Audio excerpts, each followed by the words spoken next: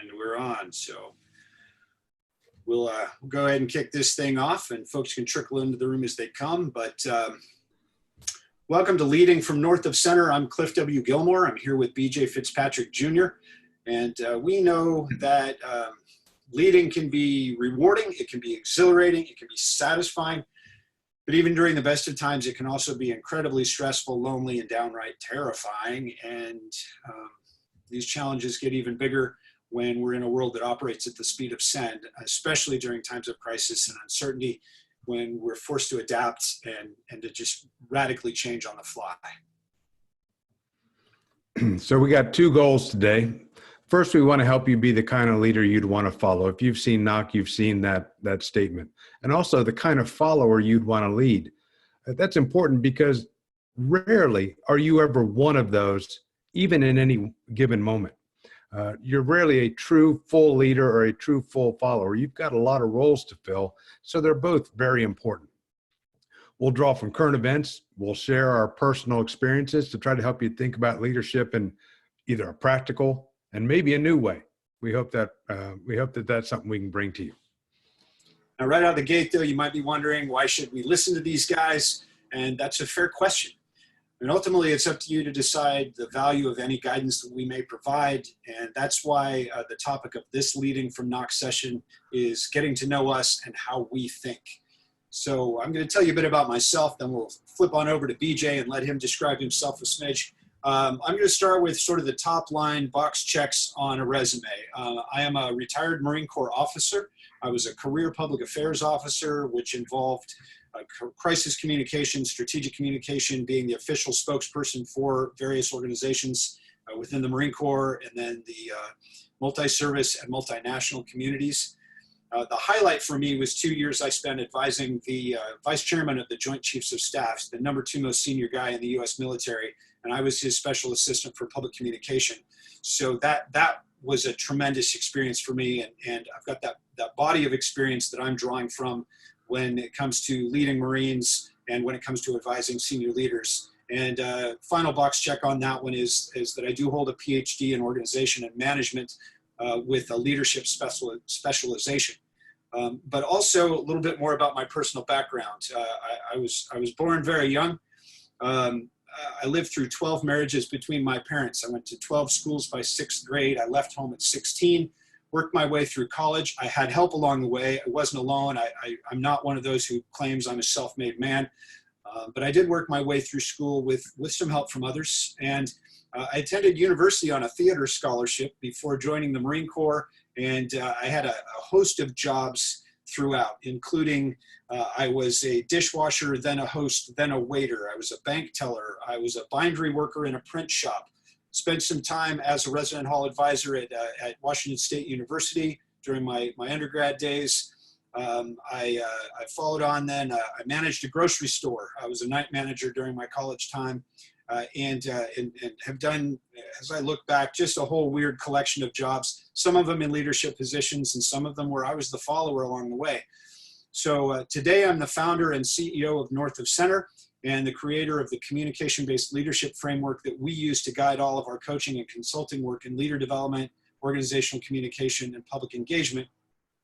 And we're going to tell you more about CBL, communication-based leadership, in a moment.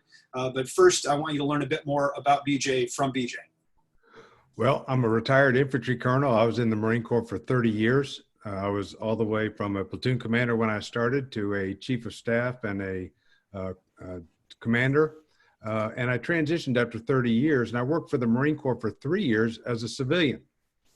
And I'm going to tell you that in those 3 years, I might have learned more lessons about leadership than I had in the previous 30, because leading in the civilian world, even though it was within the military construct, was vastly different than those things I had experienced and done since basically I was a teenager. So that's where I'm coming from. Cliff and I met in Afghanistan. I was the chief of staff and he was the public affairs officer. And I'm going to be honest, even though I didn't know it at the time, that's where I first experienced the CBL framework, the communication-based leadership. Cliff was a master of communication and engagement. That's not something we put in here. I will say that in front of him. I'll say it when he's not there. He was a master. And so what I saw him do in a job that I had seen so many people do before the same old way, was groundbreaking. So I'm not going to go into a lot of that right now, because when we're finished with our CBL overview, we're going to talk a little bit about that, how CBL was put into practice in a very fluid, dynamic, and stressful environment. So let's go into the CBL overview. Okay, we're going to, we'll go ahead and talk a bit of CBL. And before we do that, though, we need to touch on a little bit of administrivia for you. You are welcome to chat in real time with us and with the other participants as they trickle into the room. Of course, we hope that crew will grow over time. But you're welcome to do that. And then also, if you look down at the center of your screen, you'll find a Q&A button. You can click on that and submit your questions.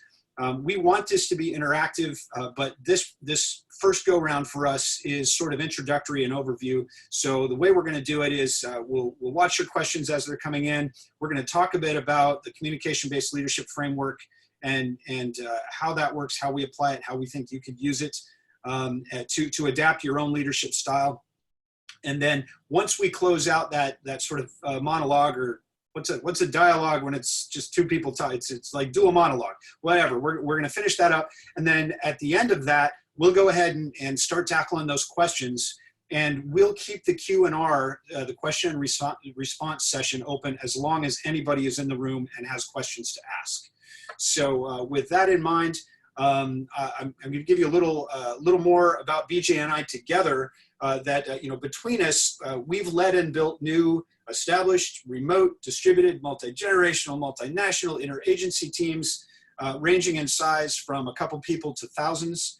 We've advised dozens of senior leaders in places ranging from battlefields to boardrooms, and sometimes we succeeded spectacularly. Other times we failed also spectacularly, and every time we learned. And it's that learning that we want to pass along to you and make available to you here during these Leadership from North of Center sessions. Now, one of the biggest things we learned is that communication is an essential part of leadership. And that led me to develop the communication-based leadership framework starting around 2002 when I was an instructor at the Defense Information School. And I think BJ has a few more things to offer up there. Well, CBL is grounded in research. I think Cliff alluded to that. And if you wonder how, well, Cliff's got a PhD. That lends itself to research. But if you know Cliff, he's a research kind of guy. And he used it in the field for nearly 20 years.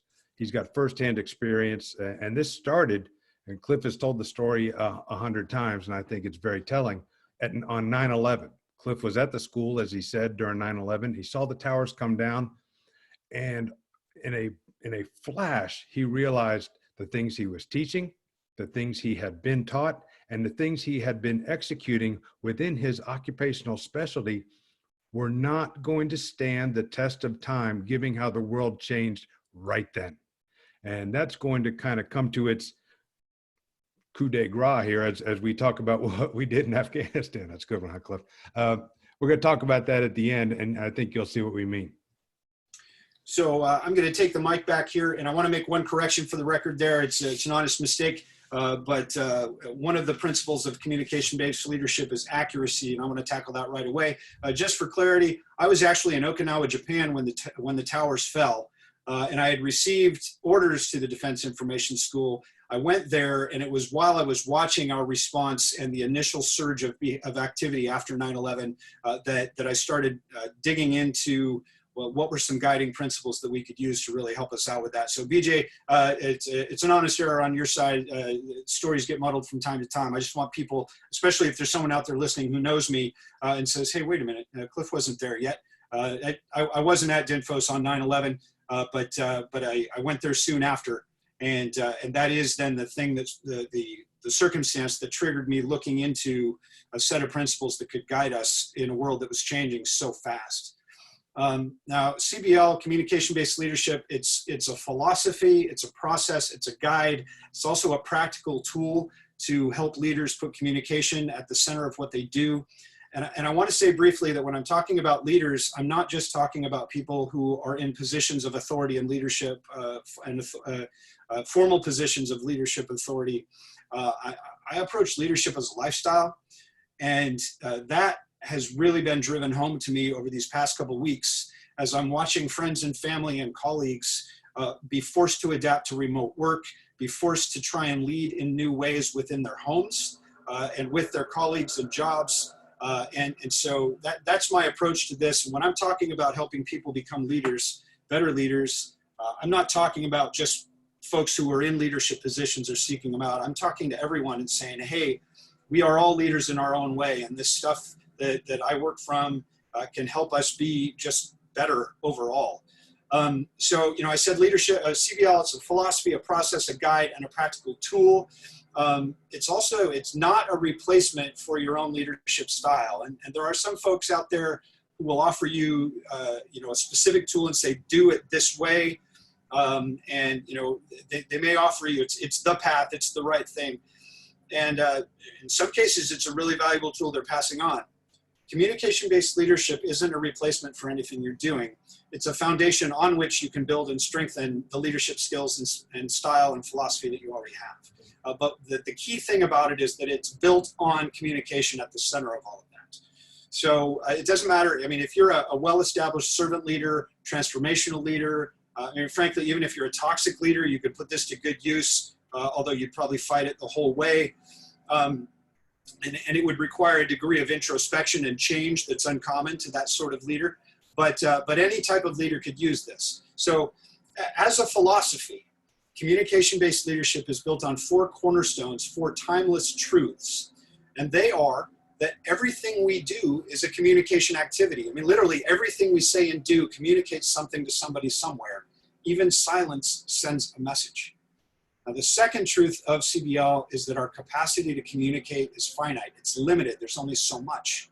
And modern communications technology allows us to communicate at and to the entire world at the speed of send, but it hasn't increased our ability to communicate with people.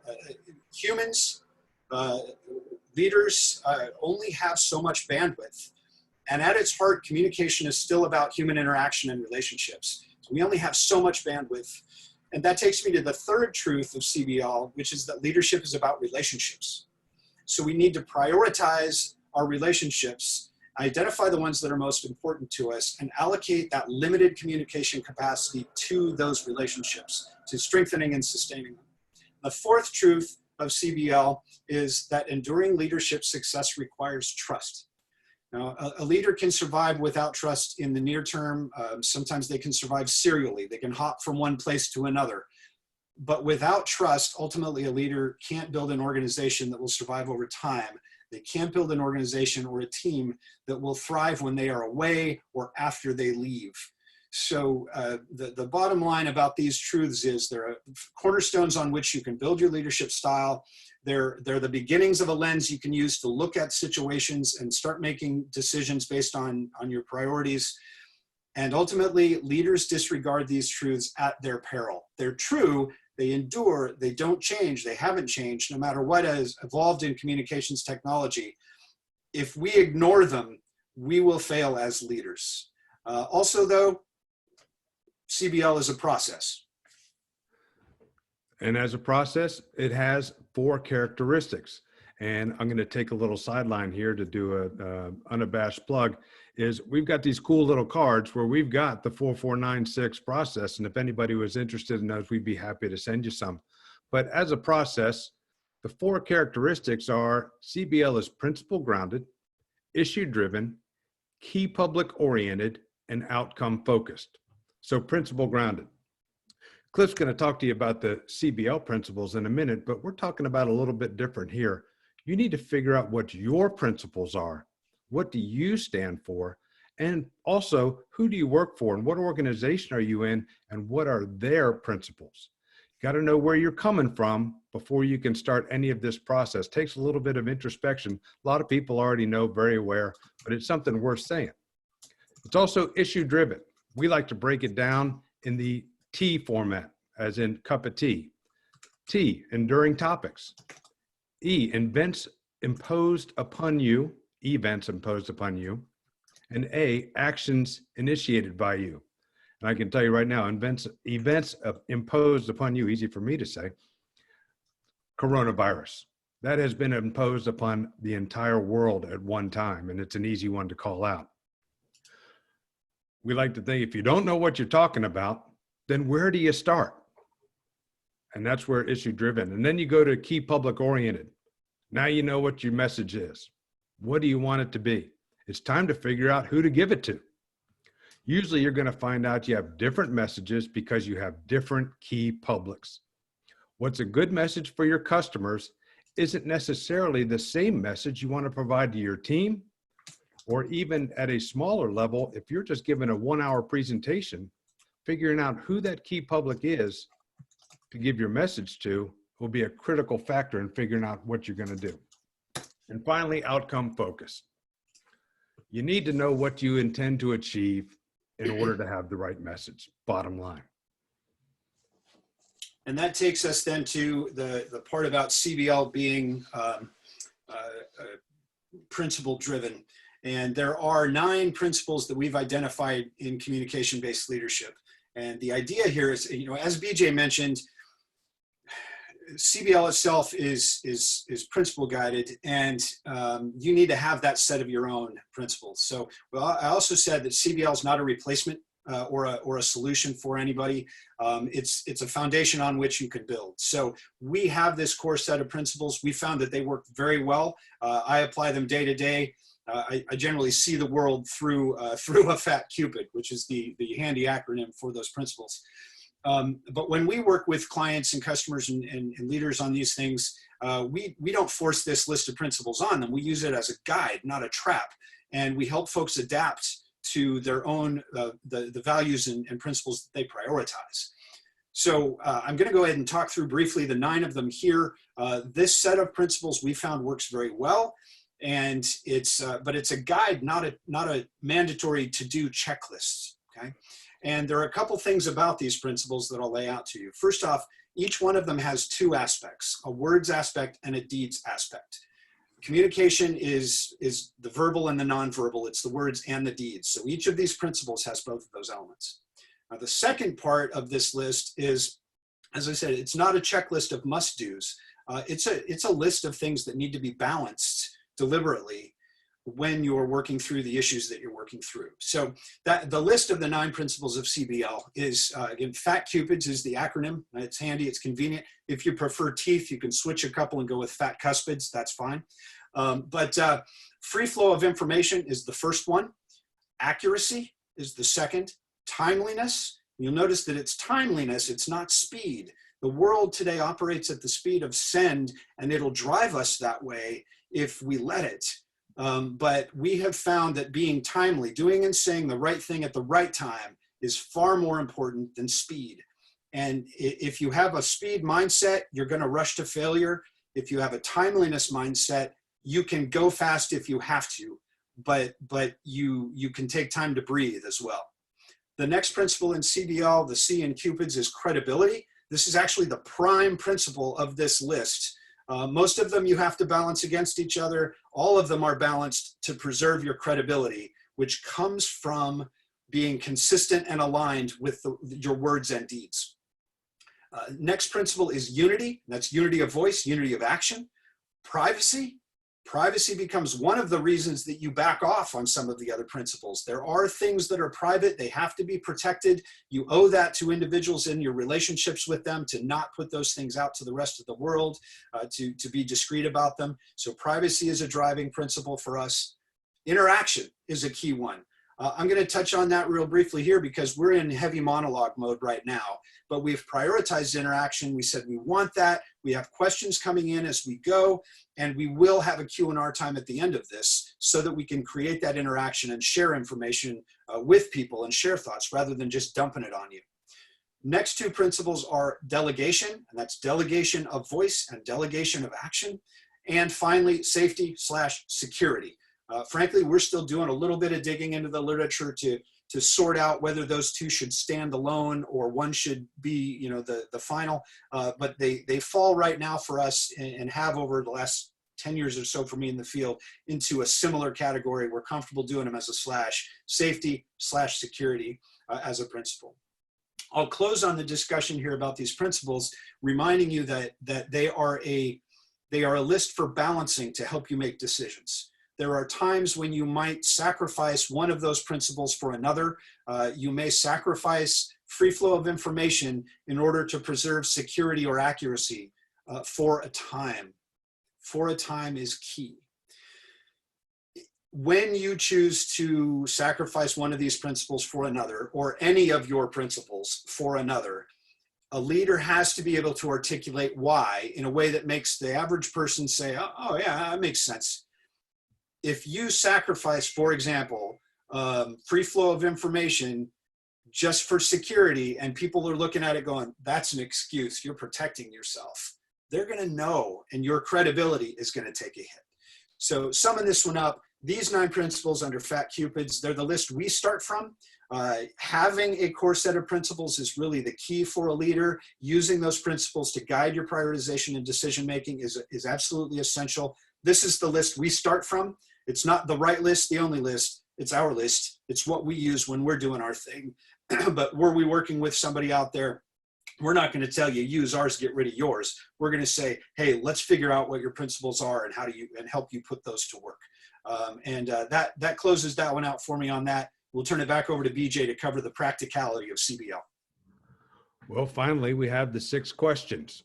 And as Cliff said, they're practical. Now, if I was to ask a group of 20, 50, 100 people, what are the 6 basic questions?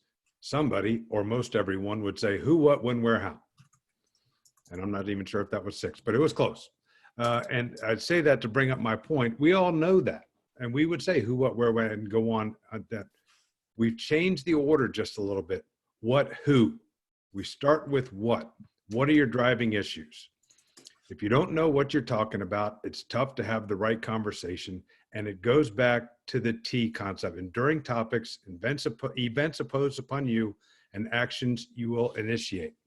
Pretty simple, but if everyone's on the same sheet about what we're going to be speaking about, you can start to figure out to whom.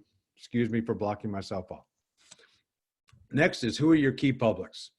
Knowing what they're talking about and understanding the people that they're talking with. And at the end, we're going to show you where our planning guide is. Our planning guide has an incredibly detailed assessment of how you can walk through your key publics and what you'd like to have happen with them. We're not going to go into that now. Why will you engage? In other words, what's your goal? You'll recall I spoke about in the characteristics being outcome focused. That's your why. In the military, we used to have the part in the mission order where we said, in order to. In other words, we're going to communicate about X in order to achieve a specific result Y. If you can't answer the why you're trying to do something or what you're in order to, you're probably going to need to go back to the drawing board, and you should hold off. Cliff and I talk about this all the time. Quick, do something. And that's probably the least thing. You add in the principles of timeliness and figuring out what your outcomes are going to be. That's not your first thing you want to go with. Then when you get into the final 3 questions, how, when, and where you will engage, they become a whole lot easier once you've done the work through those first 3 questions. You can know what you're talking about, who you're talking with, and what you hope to accomplish. You can select the right tone, the timing, and the place to engage. And you might find out that you come up with something different, whereas if you kind of went off a little less organized, you might say, let's get out there on social media, and you'll kind of run into a wall in the about what, to whom, who are we looking at? Do we spend money on it? And that's something that'll help you out when you've gone through the first 3, and then those next 3 questions on the how, when, and where will become much easier for you. Now, usually that's something a class will give in an hour. Cliff and I chose to go a little shorter, go in an overview quickly so that we could get into to show you what exactly we're talking about. And that's where I'm going to go back in time. I told you we'd talk about our time in Afghanistan. Cliff, you had your hand up? Yeah, I'm putting my hand up there, and I'm going to run the risk of derailing a train here. Strap in, and brace yourself, BJ, because we have folks out there who are hitting us with real-time questions, and I'm reading through those, and I'm seeing some depth there. And it occurs to me that it might be better to go into the interaction side of life and really emphasize that principle right now. I'm going to be honest with you. I'm glad you did that because I was thinking the same thing. And so thanks. Yeah. So what we have for the crew listening out there, we were going to circle back around, and we wanted to provide some practical examples drawing from a specific experience for us, which was BJ and I working together in Afghanistan. And we use that because there's so many of those examples. It's not just, that was war, it doesn't apply anywhere else. The mechanisms are the same, and we wanted to provide some practical application and examples. But we've gone one way on this conversation. It's been a conversation so far for about 25 minutes, and I'd like to circle back around. Oh my gosh, I just became the circle back around guy.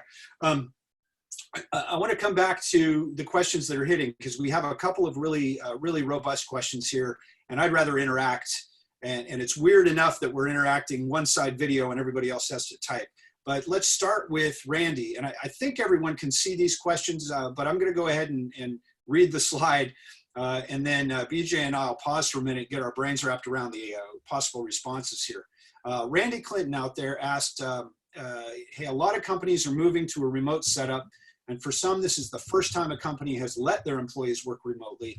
How do you maintain accountability down and trust up when the boss and employees don't see each other? I'm going to take a breath. I'm going to do this thing we call listen, pause, think, respond. You look down, you listen, think it through in your head, take the pause to look at it, which I'm not doing because I'm talking the whole time, and then offer a response. And then I even look up and go, BJ, you got something?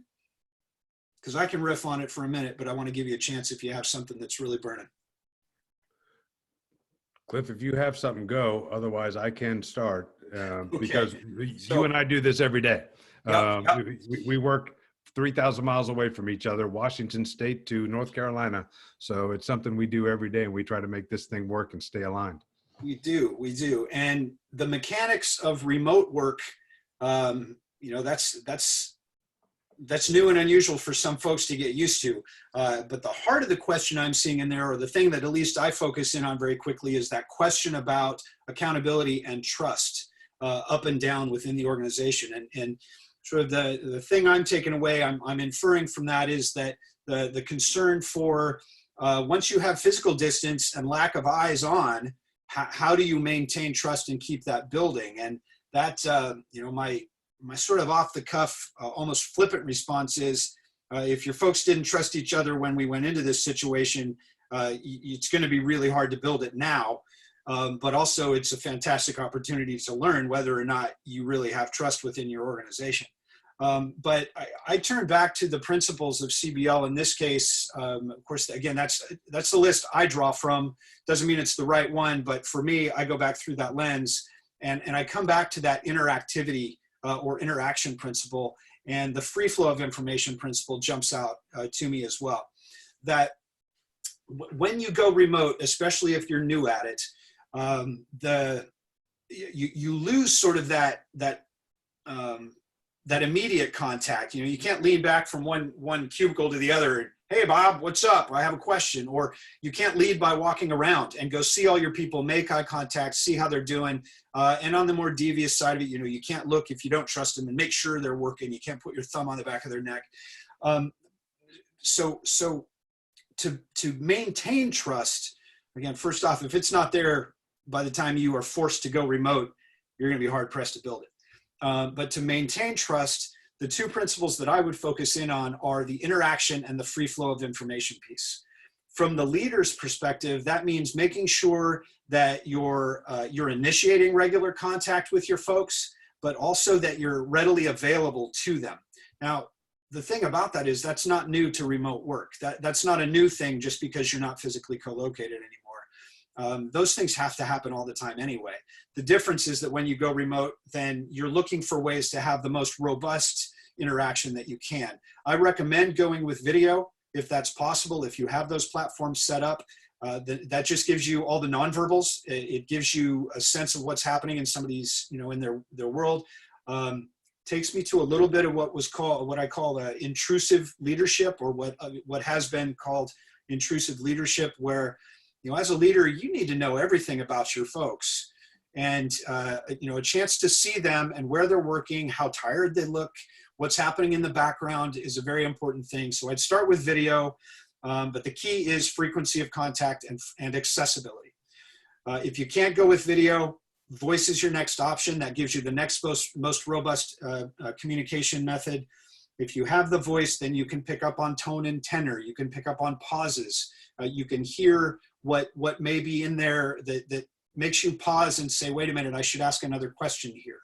And then finally, if you have to, and you don't have voice or video options, ready accessibility through a chat function, email, God help you, if that's all you have. But that was a long-winded answer to Randy to say, when you go remote, especially if you haven't done it before, maintain that interaction, maintain that free flow of information. And from the leader's perspective, maintain that accessibility, which to me falls under the free flow of information umbrella. That be available to your leaders or to your subordinates on demand. Let them know you're available, and if they reach out to you, respond as quickly as you can. Either get on with them right away, or let them know when you can get on with them. So you want to make sure that they can trust that you're out there for them, that you're available when they need guidance and direction, and that you have some, you have that relationship being preserved over time. I'll close that impromptu monologue with the idea that going into isolation will make people feel isolated.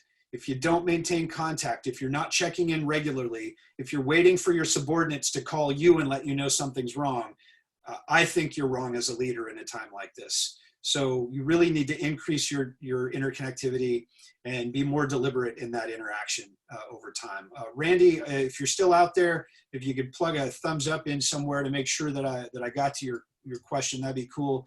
Hey, Cliff, if I could throw a couple things in there, I know Danny threw on top of that question.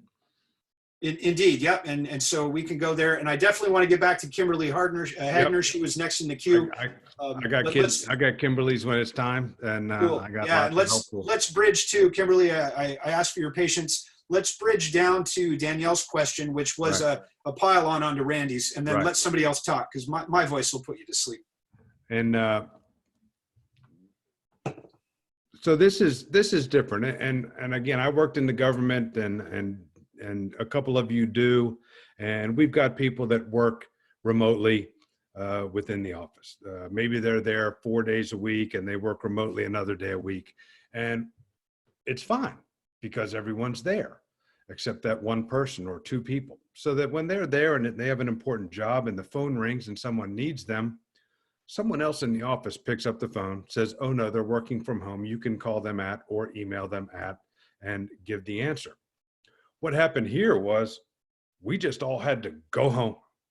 And so there's no one in that office to answer the phone. So one of the things to do, I think, is to talk with each other, because this is kind of newfangled. Maybe it'll lead to something totally different, totally revolutionary in the way Americans and maybe the world works. But for right now, brainstorm with your team. That's a great opportunity for you all to get together, maybe on a Zoom call if you can do that on your government stuff, but get together virtually and walk through some of the problems you're having, some of the things that you're not able to do, and try to think about workarounds, try to think about things that maybe the organization can help you with, so that those calls don't get dropped. Because you're not there doesn't mean the work stopped, but because all of you are there, it does mean the phone doesn't get answered.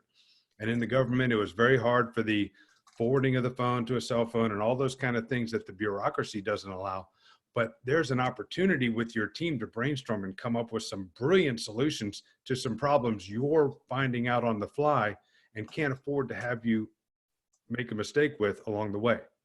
Another thing I would offer to you as a leader, especially if you're in the office most of the time, you say, well, what do you do? Well, I do my work and I make sure my people do our work, and I have to go to meetings and we get deliverables done.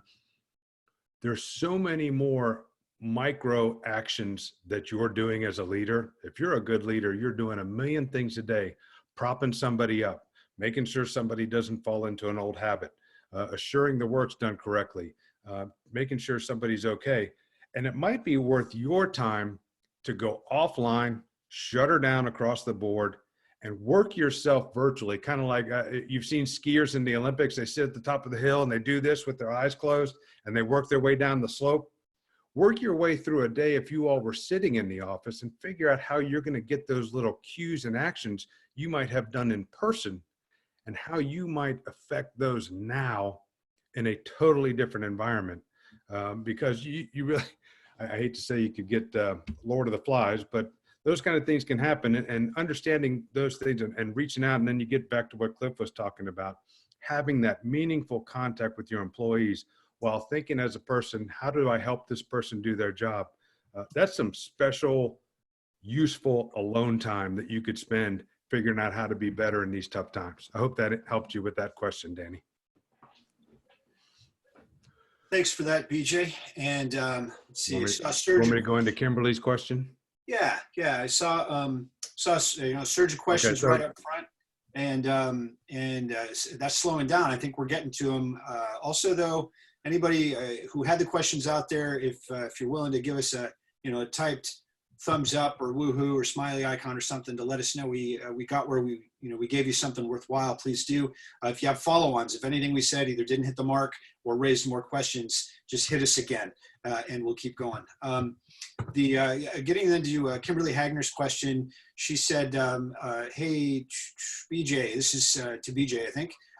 You said that you learned so much in 3 years of working as a civilian leader in the military compared to your time in uniform, and that she's curious about what your biggest challenge was in leading civilians and how you dealt with it. That's I have my answer to that question too, but that one sounds Kimberly, like you had the distinct privilege of seeing me in uniform, and I say that extremely tongue-in-cheek. So I got out and I thought I was going to be I was going to be ready for this. I was working on base. The employees that I worked with on the base, my first job was on base for a year and a half. My second job for a year and a half was at headquarters. But you're working with former retired Marines, retired other services. You're working with spouses of Marines. You're working with people who had been in the system for a long time. So basically, I was going almost like to like in my head. So I thought maybe if I just tone down my language a little bit, I'd pretty much be good, right? And it's something I didn't exactly get done, right there, and had to work on my language a little bit. Sorry. And when I walked away from it all, there was a couple frustrations as I came in, and it kind of revolved around the military standby of instant willing obedience to orders. I was used to that. And if you didn't have that, you had ways to deal with it. And there was a lot of whys and a lot of I don't agree with that kind of things that happen in the civilian world that I was not prepared for. And it wasn't all bad. It wasn't people trying to disarm me. It wasn't people trying to do that. They just really had questions. And as opposed to maybe some people within the structure of the military who are very used to that, they felt very empowered to say why. Maybe I don't like that. I'm not sure how you'd like me to do that.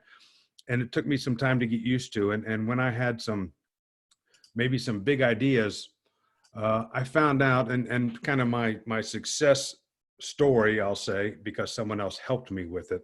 So our success story was I wanted to make some changes when I went up to headquarters with our office. And if anybody's, you've been involved in those environments, say the C word, change, and everyone will freak out. And that was going to be a problem. But I knew we needed to make these changes. So I got together with a very small group and we talked through these things. And then I kind of told people what I was thinking about, but not what I was going to do. And I really wasn't sure how to enact it because I didn't want the freak out. I didn't want it to kind of people to lose their minds and lose the message of why we were trying to do something for the right reason. And I happened to be sitting in my office one day with my deputy, and someone from another office came by to show me some stuff. And I said, I'm having some trouble. She was a civilian. I'm having some trouble figuring out how I'm going to enact this change within my office. And she said, Well, why don't you have them tell you how to do it and give them the reason why? And yes, that's very simple. And no, I didn't think about it. And when we did that, we ended up forming teams to come up with ways we could accomplish what I was trying to accomplish. And we got buy-in about 80% across the board, and actually had some fantastic ideas of how to enact that change and make our office better. And we also had buy-in. Kimberly, we did that a lot in the military. And you know, if one person's coming up with all the good ideas, you probably don't have all the good ideas. But the military works how it works. And when I actually included the team and included the why we're doing this and asked people what they thought about it and actually listened and maybe didn't do some things that I would have done because people said they didn't like it, as opposed to say, it's the right thing. That's one of the biggest things I learned was nobody dies. The system doesn't collapse. If you hear somebody out and let them grumble, it doesn't mean they're disloyal to you. It doesn't mean that kind of thing. It means maybe they're really interested and want to help the thing go forward. So I hope that helps. Maybe it made me a softer, kinder kind of guy than the guy you worked with, whatever. But there was a lot of success there for me, for my personal growth. And I'm watching the clock here, BJ, and even with interaction, you know, this is one of those type us the question, we'll talk. So we're heading towards 45 minutes of, you know, you and I blahing the whole time. That's not my favorite method of communication. I'd really rather be riffing with people live. But for now, though, I'm going to recommend that we head towards a wrap. There are a couple things we can close out with here. And I think, hey, we're just going to table some of those Afghan stories for another time, if that's all right, BJ. And what I want to let the folks, what was that? Perfectly all right. Okay, good to go. Yeah, I'm starting to get raspy too. No COVID. So yeah, we're going to go ahead and wrap up. And I'm struggling to get myself back. We don't have a script. We're not word for wording this, but we have a guide. I just totally disrupted our guide. So we are, oh yeah, okay. So we did Q&R, and we're going to go ahead and wrap it up. But I want to thank those of you who are in the room with us here. And preemptively, I want to thank anybody who takes the time to listen to us later once we posted this video out there. Just thank you for investing your time with us. If you enjoyed hearing from us and you found some value in what we shared, whether it was just our answers to questions or information about the communication-based leadership framework, we invite you to keep tuning in. We'll be here at noon Pacific, Wednesday and Friday for the foreseeable future. We'd love to have you here and join us live. If you're not able to make that time, no problem. We're going to put these videos out there. We have a YouTube channel. We're launching it out today. We'll put these up and then get the videos distributed through our social media platforms. Bottom line, you'll be able to find them. And then I have the guide here. I'm talking over myself and realizing, wait, the next thing is for BJ to say. Well, I've alluded to it a couple of times. Please go to our website, www.northofcenter.com, no spaces. And in our resources, you'll find the podcast, you'll find the planning guide I spoke about. Real good way to get yourself organized. Our podcast, we go everything from what do I do if my boss hates one on my team, all the way to what do we do in a public engagement environment when bad news hits our company fast? What are the actions we can take? So those are, we run the gamut along with a couple interviews we've done so far. I think you'll find them pretty entertaining. And those, we stick to a real close 30-minute stop time. So you know when you get on, 30 minutes later, you're getting off. Thanks for that, BJ. And look, if there's any way that we can help you in your own effort to be the kind of leader you want to follow or the kind of follower you would want to lead, please don't hesitate to reach out directly. Yeah, we're a coaching and consulting business, and we're looking for clients. But we do this first and foremost because we want to help leaders succeed. We want their teams to succeed, and we know right now that this is a super challenging time. And so this is us just saying, hey, if we can be helpful, we will. If you've got some questions, you can get us at reachnoc@northofcenter.com. That's REACHNOC @northofcenter.com. As BJ said, we have a bunch of just free resources on our website. That list is growing as quickly as we can grow it. So come to the site, take a look around at a few things. And if you find a tool that works for you and meets the challenge that you're facing, awesome. North of Center's mission has been accomplished. If what you find there gives you more thoughts, more questions, or a need for actual direct help from us, don't hesitate to call.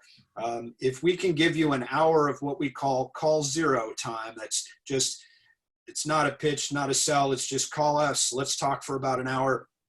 If we can give you that hour and send you away with the tools you need to tackle your challenge, we'll do it. So if we can help, don't hesitate to call. From our family here at North of Center to yours, all strength to you during these challenging times. We can do this. All right. Take care, folks. It's been a pleasure talking.